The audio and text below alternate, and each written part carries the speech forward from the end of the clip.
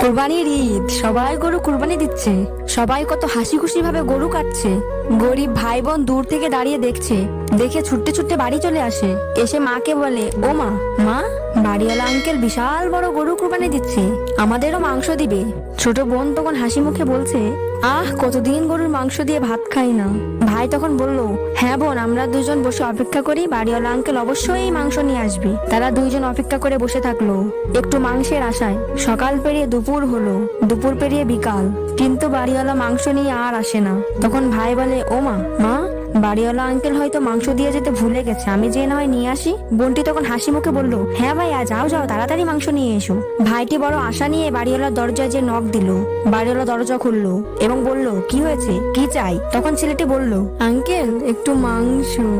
বাড়িওয়ালা আঙ্কেল বলল, মাংস তো বিলি করে দেওয়া হয়ে গে, এখন আর হবে না, যাও। তাই বলে দরজা আটকিয়ে দিল। ছেলেটি গেটের বাইরে দাঁড়িয়ে